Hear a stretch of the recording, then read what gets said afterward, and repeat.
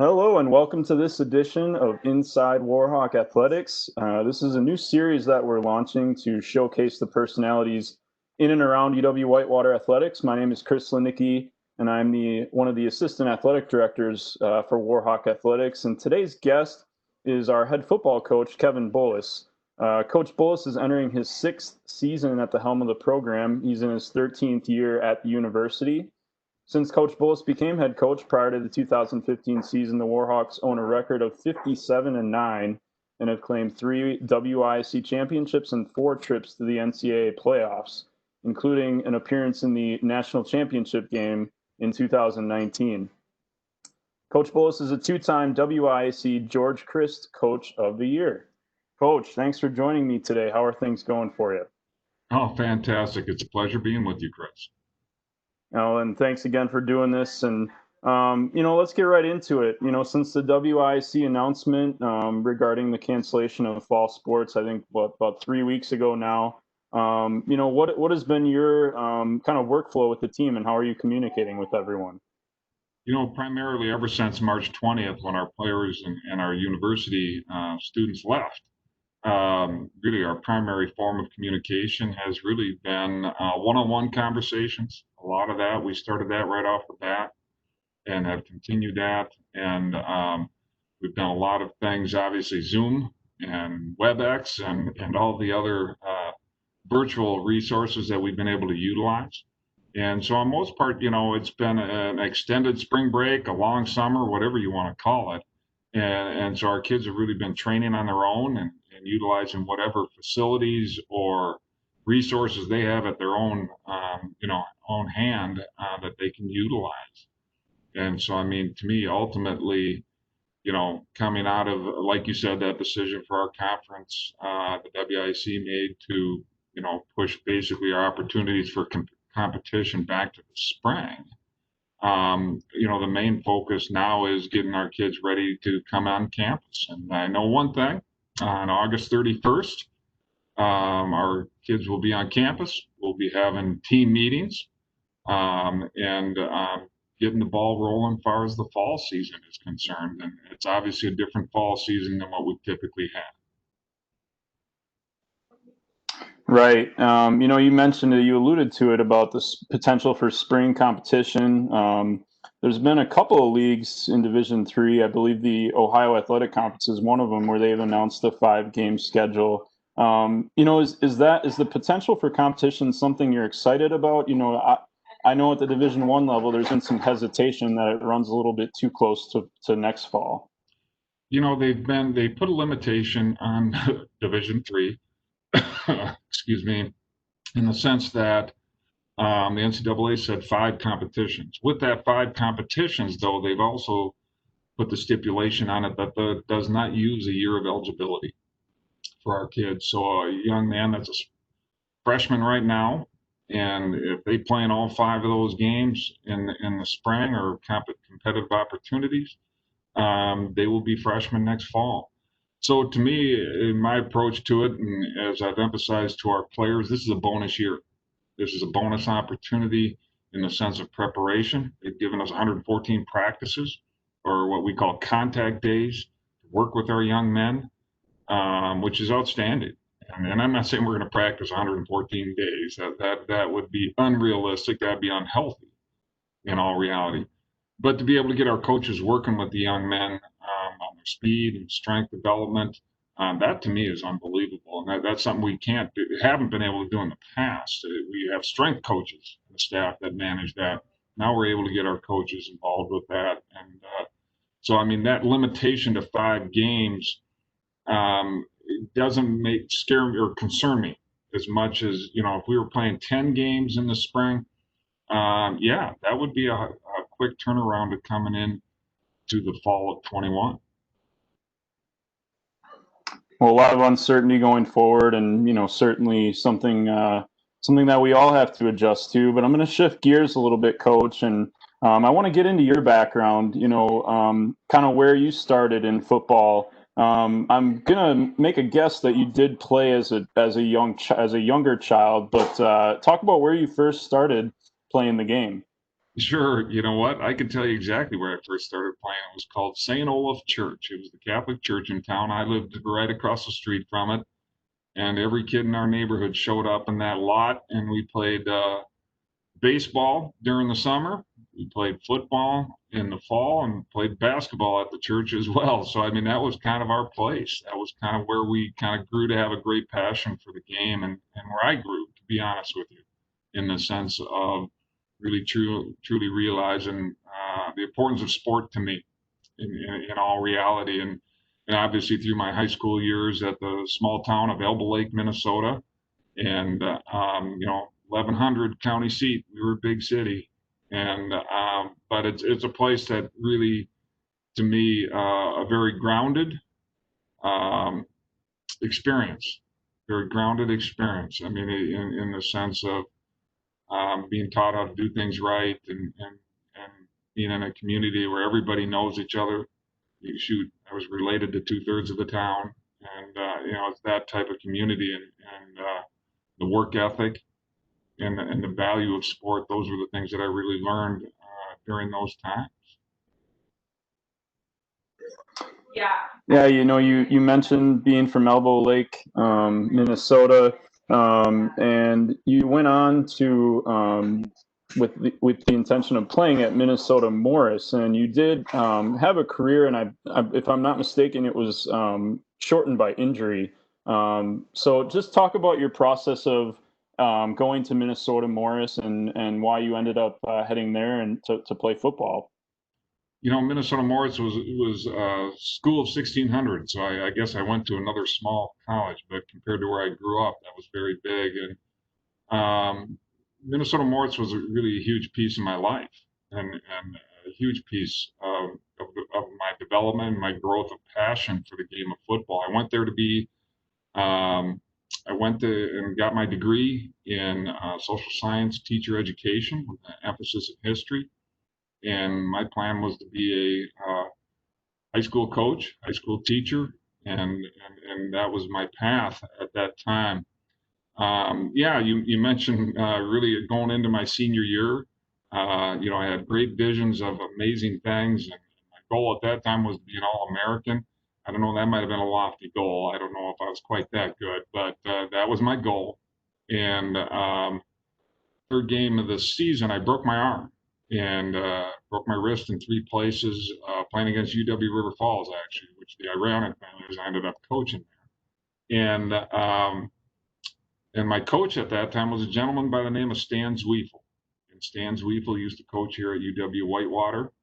And Coach Z asked me to coach the young man that was backing me up, and so I was a player coach, is what I was. And that really, it was amazing how at that time was something that I thought was probably the worst thing that ever happened to me, and in the sense of with sports and those types of things. And it was just a terrible thing because that dream of being an All-American, that's not happening. And but it really then was when I truly got a vision of what it meant to coach college guys and coach college athletics, and that I always knew I was a teacher, and I envisioned it at the high school level. But that's when it really opened up the opportunity for me to be a college coach, and so I completed my student teaching after I got done playing, and and I did a year of, or actually 2 years of being a student coach, basically for Coach Weefel. And then after that, we moved on to get my master's degree at UW-River Falls. And so I mean, it's really interesting that even at that time when I decided to look at UW-River Falls as our graduate schools, I actually was looking at UW-Whitewater. And so I mean, Whitewater is something that even back in 1980, wow, 1989 was on my radar. So it's hard to believe that I'm here now, that it was that long ago. Yeah, it's definitely come full circle. But you mentioned being a player coach at Minnesota Morris. You moved on to UW River Falls, and then Gustavus Adolphus was in there too. And then you became defensive coordinator at UW River Falls. So, who are some of your early influences? You mentioned Coach Zwiefel, but who are some of those early influencers on your coaching career as you moved your way up? And to really go back to my influences, you're going to probably laugh at this, Chris. One of the greatest influences I had, believe it or not, I was a tuba player in a marching band in high school, and our marching band was very good. I mean, we were extremely good, and we marched in the Cotton Bowl parade, we marched in the Indy 500 parade, and went to competitions. And Mr. Peterson was my band director, and the discipline, his discipline was, we thought he was terribly hard on us when we were kids. And I can remember seeing him one time in church after I was 3 years into college. And I went up and thanked him. I said, the discipline that you taught me and the discipline of taking care of details, the littlest details, I mean, the angle of our hat. I mean, it was just everything. It was the essence of detail. I really got to give him a ton of credit. I may have learned that aspect of discipline greater than anybody from him. My high school basketball coach was a gentleman by the name of Dale Champ. Coach Champ passed away recently. And passion. I mean, just passion. He coached the game with passion and loved his players. Pushed us hard. I mean, he challenged us, but he loved us. He loved us, and we knew he loved us. That was one of the reasons he could challenge us so hard and push us and learned a lot from him. I think ultimately probably the 15 years I spent with John O'Grady at UW River Falls, to say that was impactful is an understatement. So I'm very fortunate that we have John O'Grady on our staff as our special teams coordinator, because I'm still learning from him. I am still learning from Coach O'Grady. And then obviously coming here in 2008 and getting a chance to work with Lance for 7 years, Coach Leipold, to say that he hasn't been impactful again. I mean, just experiencing what we did in those time span, his attention to detail, his attention to standard, and demanding that standard, but holding yourself to that standard. Holding yourself to that standard. It's not just demanding it of others. It's holding yourself to that standard and being disciplined to that standard. That is outstanding. And I'd be remiss if I didn't mention Coach Bullis, to be quite candid. I mean, I've never been on his staff. He's never been an assistant for me or anything like that, but he's been, to say, a mentor, a guy that's been in my corner for many years. My friendship with Coach Bullis goes back to back in the 90s, to be honest with you. He was the head coach here, and I was an assistant at River Falls, and I used to come and work camps here during the summer. And Whitewater has always been a place that's been in my life in a lot of ways, and ever since the 1990s, in all reality. So I mean, I've been very fortunate, and there's many other people I can talk about. I mean, I'm not a very creative human being, Chris. I'm good at stealing concepts from others. That's one thing I can tell you. I don't believe in bragging about myself, but I love watching other people and how they do things. And I love learning how they do things and seeing how it fits into how I want to be. Yeah, and I want to go back to that transition from River Falls to Whitewater, and I believe it was prior to the 2008 season. But it's a conference school, so the transition from a scouting perspective is pretty easy. But what were some of those transitions for you and your family as you came to Whitewater? I mean, to me, the amazing transition is. Yes, I was at two programs, very good coaches. Coach O'Grady, how his attention to detail, his attention to commitment, that part was, I was used to that. I was used to that standard of demand of ourselves and the work ethic that we had. And you do it for the kids. You do it for the kids. It's all about the kids. That's why you do it. And the thing that really stood out to me, and this was a common question that I would get from friends of mine that, knew me prior to being here, And it was a really common question, really my first couple of years is, how's it different? You know, what makes it different at UW-Whitewater? There's a lot of things, and I could go off really a long time talking about that concept, but the example that I love to go back to in my response to that question was the culture. I mean, the culture of passion for athletics on this campus, in this community in Southeast Wisconsin for Warhawk Athletics is stunning. It was stunning. I can remember when I first was hired in '08, I was an academic advisor and I coached the defensive line. So that was my job on campus. I had a split position is what it's called. And one of the first, back in those days, we called it Planet Purple, which was summer registration. Now it's called SOAR. And I was at the summer registration. It was my first one that summer, the summer of '08. And a gentleman comes walking up to me. He introduces himself, and it was Dick Haven, who was the dean of the College of Arts and Com at that time. And so I don't know Dick. He comes up, grabs my hand, says, "Kevin, it's really a pleasure to meet you. We're so excited to have you on staff," and da da da da da. And I'm like, man, how many schools and how many programs would the dean of arts and com come up and welcome a defensive line coach? I mean, that is just stunning to me and beautiful. And it was really, it took me time to spend here over a year to realize the sense of commitment, the sense of culture, the sense of importance of what athletics adds to our community, adds to our culture of our campus. Um, that is the piece that to me, I guess, screamed at.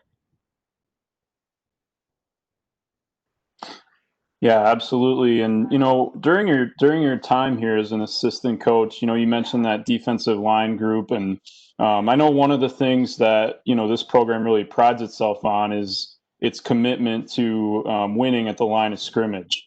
And talk about that group. I know you had a lot of you had small Americans in that group, and and talk about what made that group, at Whitewater really special for those 7 years you were an assistant. It's Chris. I mean, that's again, I kind of going back to what we were talking about before. What's different here? What's different here at UW-Whitewater?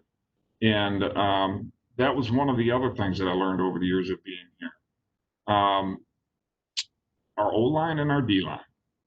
That is truly a place that consistently, year in and year out, we separate ourselves from the rest in all reality. And so I'm not going to just talk about D linemen. I mean, you go back and you think about all the great O linemen that we've had over the years as well.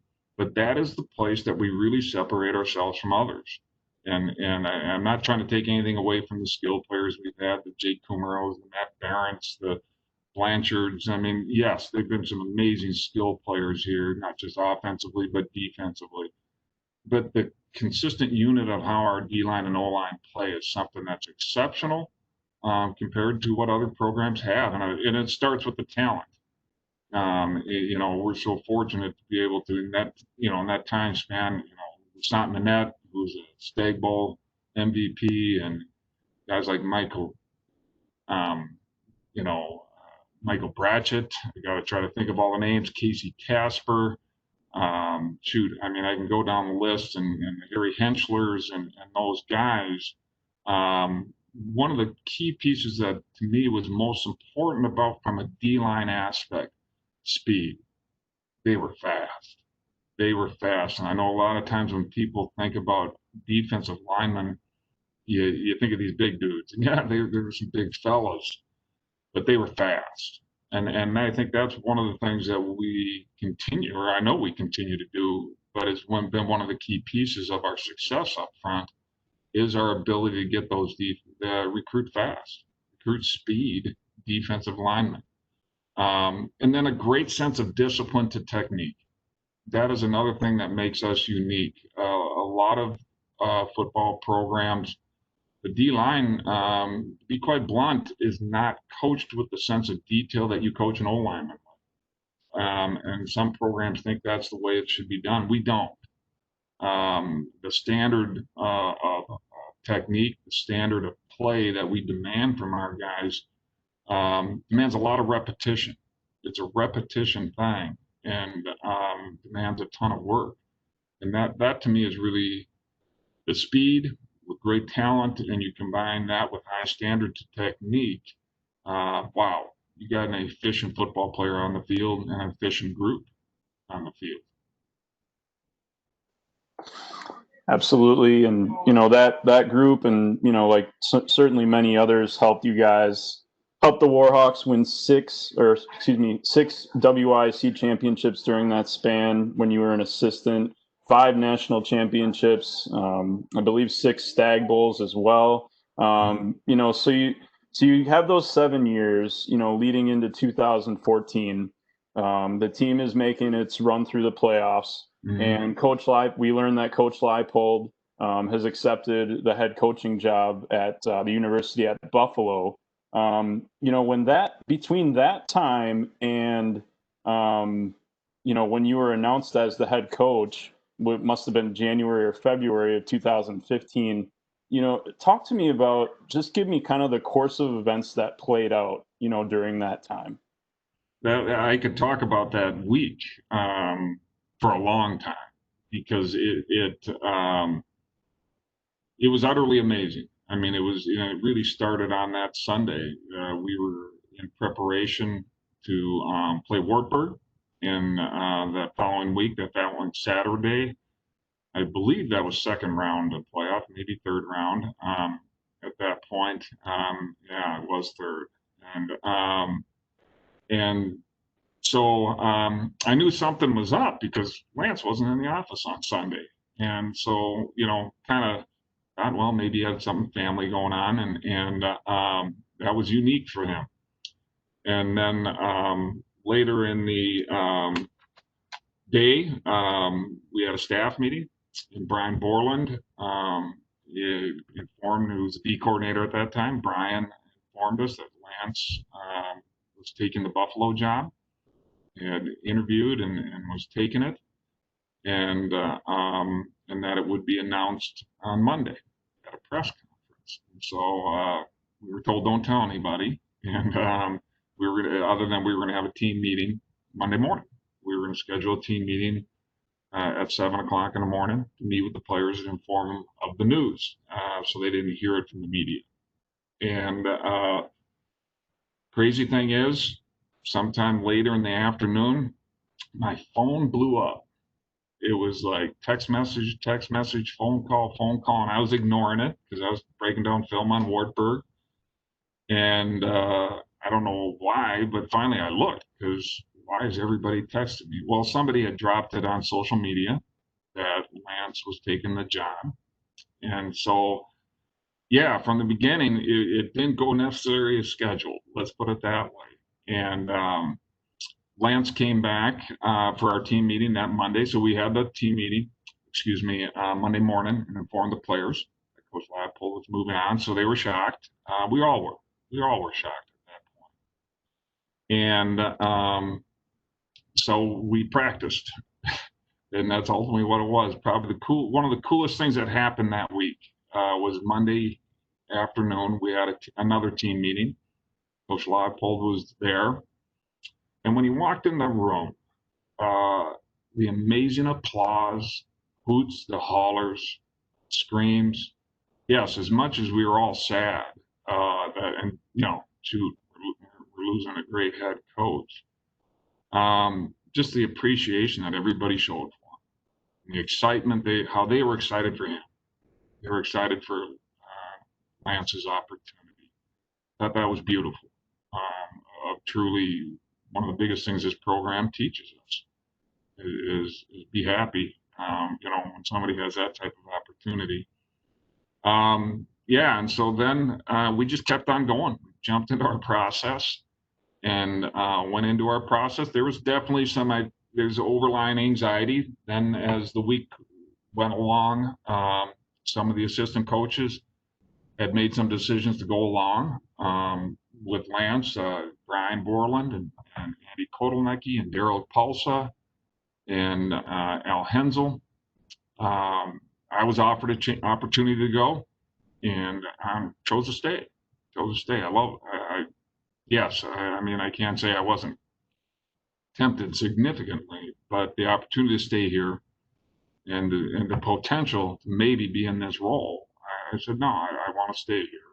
And but that caused a lot of, I guess, kind of anxiety to it all, in the sense of everybody's dealing with a lot of things, and now we're going in to play against a very good Wartburg team.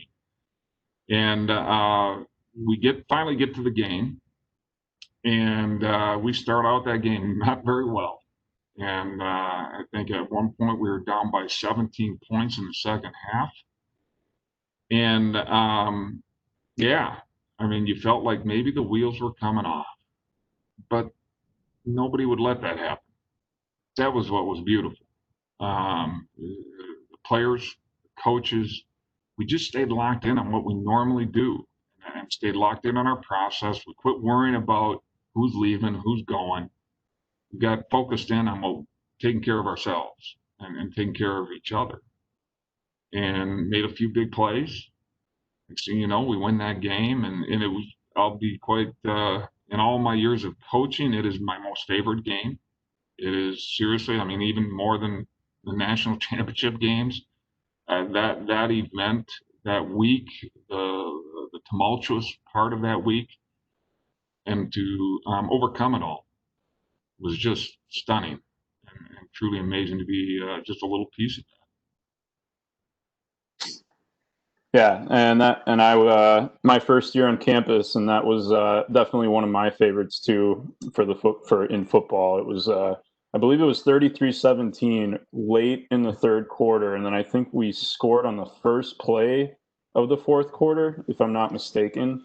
It was a long screen pass, and what a moment! It was incredible win, and of course, we go on to beat Linfield the next week, and then Mount Union in the national championship game. So, you know, after the national championship, you know, there's the holiday, and then UW-Whitewater gets into its search. You know, at what point did you decide, you know, maybe this is something that that I can apply for, and that I can become the head coach? Well, and that's something that happened even that week. Going back to the Wartburg week, I was in the middle of a normal practice, and Coach Leipold comes up to me in the middle of my drills and says, "The athletic director wants to talk to you." And I'm like, "Coach, I'm in the middle of drills right here." And said, "No, let the GA take it. You got to go talk to her." And so at that time, Amy Edmonds, she on the field during the middle of a practice, offered me the interim head coaching position. And I said, heck yeah. And that's very exciting. And shook hands, and I went back to my drill. And but that was kind of the beginning of that, Chris, to be quite candid. And you know, Lance and Amy felt it was important that the players have an interim in place, so for the players' sake, they saw that there was the safety of another person. Does that make sense? Because I at that point made my decision to not go to Buffalo, and that a person was going to be there to help them, you know, move to the future and build towards the future. And obviously, I still had to go interview for the job. I had to still go take advantage of that opportunity. But ultimately, even then, those days after I accepted the interim position, I had to do some significant soul searching, in the sense of, is that, you know, truly, how am I going to do this? How am I going to do this? Because one, Lance had gotten to, he'd gotten to 100 faster than any football coach in the history of college football coaching. And my guess is that might even be the NFL. I doubt if anybody's His final record was 106-6. That's ridiculous. I don't think anybody's breaking that record. I mean, that's not. I know everybody said nobody break Hank Aaron's record, but I don't know. I don't know if anybody's breaking that record. And so how do you do that? And the thing ultimately that came down for me, and the epiphany that I had for me, I remember it was running one morning, and that really made me truly excited about this opportunity, even more so excited about this opportunity than I was before. It was never about winning national championships. We didn't start a season saying, hey, let's win the national championship. We did not say that. We didn't talk about national championships. We don't. I mean, recruits are the only people that we talk to national championships about. We want them to know the standard. But we don't talk about it as a team and as a program. It's all about building forward. It's all about the process. It's about commitment to it. It's about teaching and learning. And I'm like, yes, whether Lance is here or whether Coach Berezowitz, who preceded him, or whether it was Coach Perkins, it really still came down to that legacy that's built into this program. It's built into the systems. It's built into the fabrics, into the concrete of this program. It's all about teaching and learning. It's about our commitment to that teaching and learning and that process that goes with that. And that was truly the point where I was like, yes, this is truly, truly very exciting. And I'm very excited about the potential of this opportunity at that time. And yes, and I was very, very fortunate to, in the end, earn the position. Quite an honor, to say the least. Absolutely. And, obviously from there, some great accomplishments over the years. I'll list a few of them. That first season, we do have the loss to UW-Oshkosh during the regular season. And then we respond by coming back, I think, in the NCAA quarterfinals and taking them down to get to the semifinals. The next year, a WIAC championship national quarterfinals. We have a record crowd at the Perk that year, 17,000 plus, a conference record, and was an NCAA Division III record for about a year. And then that 2017 season, and I hate to ask you about, the from a record standpoint, your lowest win total as a head coach, but 1-3 to start that season, but then 6 straight wins to close the season, excuse me. And, one of the things I remember you talking about in the locker room was how proud you were of that senior group for the way that they responded to adversity. Talk about that year and what that kind of meant for your coaching career and what you learned that season. It's so important, Chris. I truly believe this, and I know this, is adversity is your greatest learning opportunity. It is. It is. Take advantage of it. Take advantage of it. And we live in a time of pandemic right now. And take advantage of this learning opportunity, as dismal as it may want to make us feel at times. And we were feeling pretty dismal. We were 1-3. And we kept on grinding at our process. We kept on pushing, and those seniors and those juniors. I got to give that junior class a ton of credit as well. They were not going to be denied. They were going to put that behind them and concentrate on the next week. And that's what they did. That's what they did, and you end up winning 6 games. In hindsight, it was really my greatest learning experience as a head coach, not even a question. Not even close. It made me get reattached to, and this may sound very egocentric, but it is the truth. It made me get back attached to my identity in the sense of who I am and what I demand of others. And that's something that I didn't consistently do in those first 3 seasons. I did not. I didn't consistently do it. And demanding that high standard of teaching and learning, the highest standard, not the high standard, the highest standard of teaching and learning and having better vision of seeing it when it needed to be corrected, seeing it when it needed to be enhanced on maybe something we were doing that was really good, make it even better.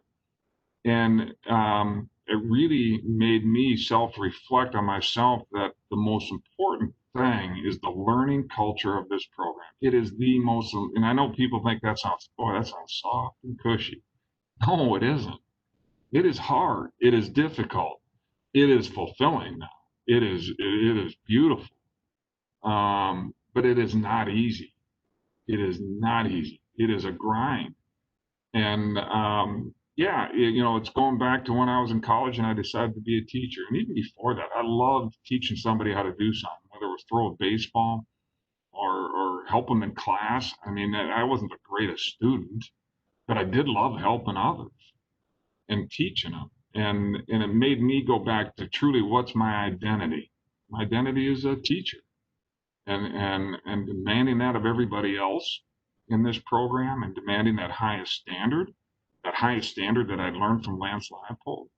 Yeah, I'm a different head coach than Lance Leipold. I am. I'm different. Why? Because Kevin Bullis is different than Lance Leipold. Lance Leipold was an unbelievable administrator leader. I mean, that was his identity. I think if you ask Lance, that's his identity. He had amazing talent for hiring talented coaches and talented people and bringing talented people in. Mine is a different approach. I'm not an administrator in per se identity. Yes, I do administer, not even a question. But I administer more through the lens of a teacher and the sense of how we're going to do things in this classroom. I look at our football field as my classroom and all the other coaches that are in there. And it's not just demanding that detail of myself, but it's also demanding of my coaches. It's demanding of the players. It demand that Mackenzie Belonga he teaches that freshman how to be a better defensive end. It's having that type of culture, because when you teach something, teaching's unbelievable. You want to gain somebody's trust, teach them something. Very seriously, teach them something.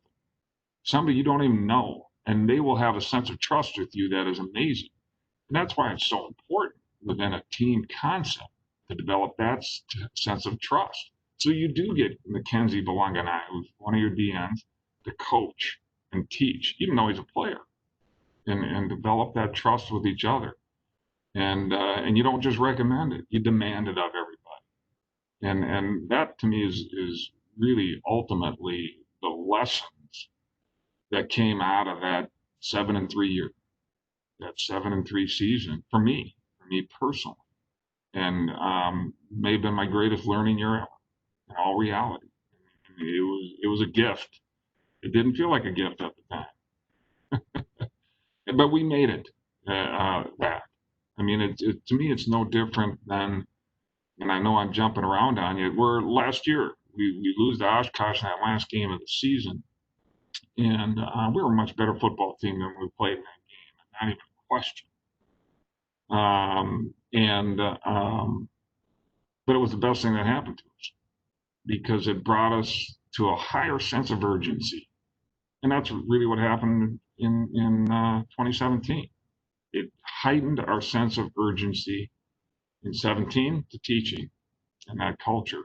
In 2019 was a higher, and I'm not saying we practiced poorly before that. We didn't. We practiced damn well. We were 9-0, but it brought a much heightened urgency to it.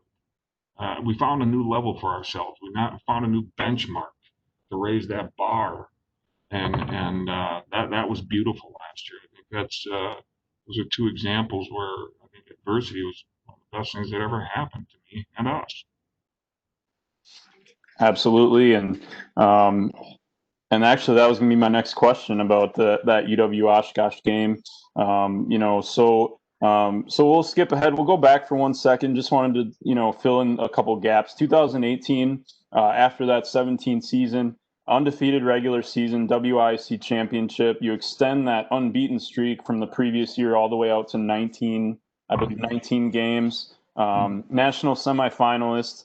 That loss that season to Mary Hardin Baylor. And I want to ask you about the 2019 game now, that had to be something that, you were thinking about going into that game. And, there's a video clip that we posted on social media. Ryan Callahan, got to give him credit for that clip.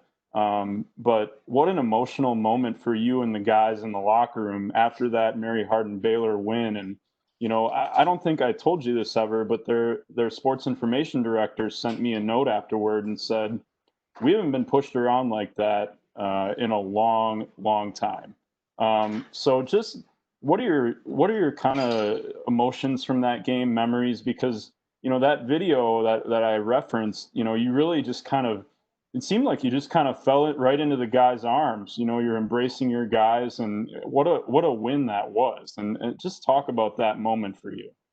Well, I mean, that was special to say the least. And to really talk about that game, you really got to talk about the 2018 game.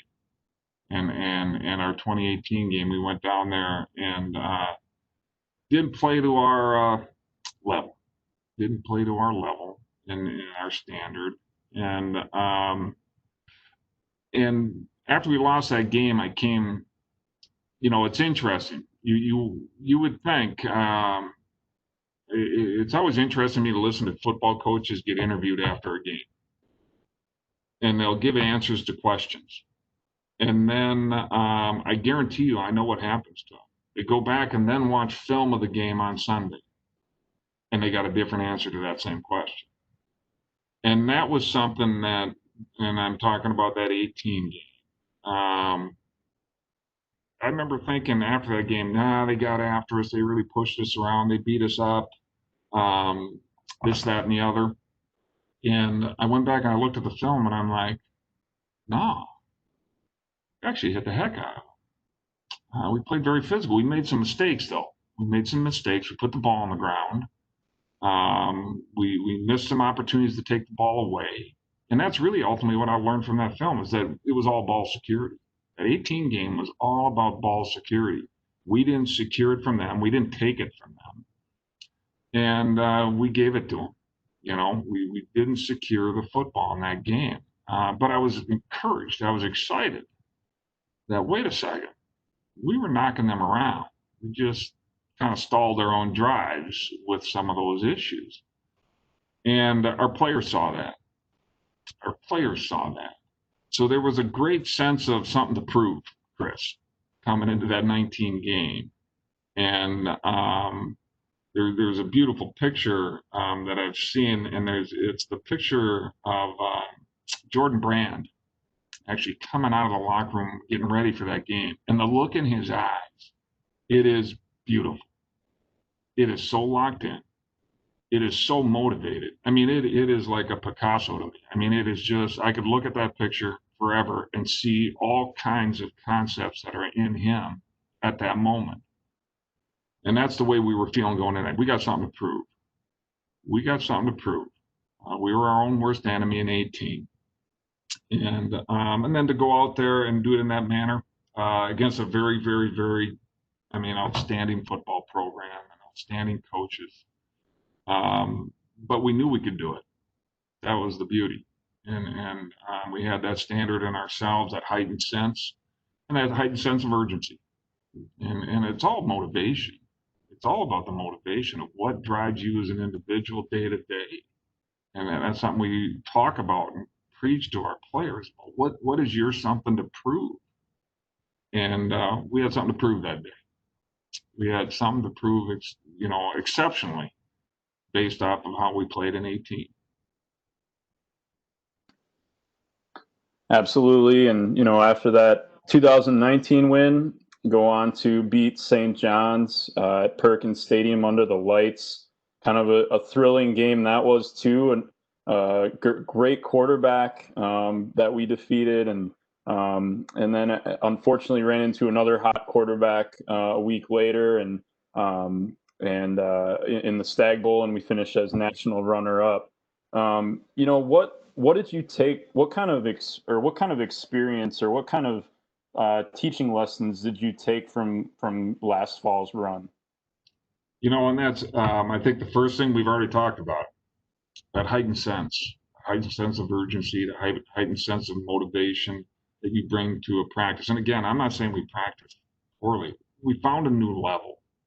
We found a new level to our heightened sense of urgency to our process. And it's just like anything in life. In any athlete, in anything, whether it's a high jumper raising the bar, we raised the bar last year after that Oshkosh game. And yeah, even though we lost the North Central game, ultimately that was our second quarter. It was second quarter. I don't say that lightly. I mean, I'm just saying that's a fact. You look at our second quarter, we lost our identity in the sense of we didn't run the ball in the manner that we normally do. We gave up big plays, which we normally don't do. And yeah, our quarterback he was special. There's a reason he's in an NFL camp today. I get that. But that's not the reason. We gave up those big plays. And but we didn't bounce back. We didn't bounce back in that second quarter the way we typically have and done before. We've been behind before, and we've managed that adversity. I'm really proud of our kids, though, in the second half of that game. Uh, I've had a number of people ask me, like, hey, what did you say to them? Because, geez, second half, you guys are like a completely different team. I'll be honest with you, Chris, it was nothing special. I told them, I go, fellas, do what you love doing. You love playing your game. You love playing your game with your brothers. You've all told me that is your why, each and every one of you. And go do it. Quit looking at the scoreboard. And yeah, quit looking at the scoreboard. Quit looking at the scoreboard. It's a great metaphor for life in a lot of ways. Concentrate on the moment of where you're at, and they did that in that second half. So I'm very proud of them. Obviously, not happy about losing that game. Never will be. As coaches, and I'll tell you this, Chris, and I'm sure Pat Miller and Bodenellich and Boudreau and Volk and all the other head coaches at UW-Whitewater will tell you this. What did you say? I got 9 losses in my coaching career. I remember them all extremely well. I don't remember a lot of the wins well, to be quite candid. But maybe that's good. Maybe that's good because we are taking those lessons learned. And that's what it's all about, is that year in and year out. What is the lessons learned? And it's the key is demanding it of yourselves and demanding it of your players. And having that sense of commitment to each other. But that's what we do. We're always in the process of building forward. And whether it's 2008, Lance Leipold's going to Buffalo, this program will always build forward. And this program's bigger than one person. I mean, that's what's so beautiful about it. It's unbelievable. I mean, yeah, someday I'll move on, and someday, but this program will always be. It's in our fabric. It's in who we are, and I have the opportunity to be the steward of that right now, which is really got to pinch myself every morning and continuing to build forward. Absolutely, Coach. Well, we're running a little low on time, Coach. We got about 3 minutes left, but one thing I wanted to ask you and was just about your family. Your family is it's a sports family. To put it succinctly, your wife is a coach at the high school level. Your sons competed in track and field. Jack and Joe competed in track and field at UW-Whitewater. And then your daughter, Emmy, is headed to Cal Poly next fall, correct? Right. To play volleyball. What has your family meant to you, as you progress forward in your career? Chris, I'll tell you, that's pretty, it's pretty amazing. Because what we do is as coaches, it's quite stunning. You spend so much time away from your family. You really do, and you do. We all do. Any of us that are in this world of sport. It's not just coaches. I was so fortunate because, one, my wife and my children see the value of what sport means to other people. And so if mom or dad are not around because they're off coaching, it's awesome because they're helping, teaching, they're helping others. And so there was never a moment where our kids were like, "Oh, Dad, I wish you would have been home." And I'm very fortunate. I also learned that, though, as a parent, it's not about the quantity of time; it's about quality time with our children. And that when I am home, I'm locked into them. And that passion and support that they have and that we have for each other and for what we do in sport is outstanding. I'm really proud of my son Joe's a teacher. He's going to be he is a PE teacher like his mom. And my daughter Emmy, she's going to go into education as well. So they see the true value of being a teacher and being a coach and what it does and it brings to others, and what it brings to you. I mean, what you enjoy about it and love about teaching others. My son Jack, I mean, he's going into serving human.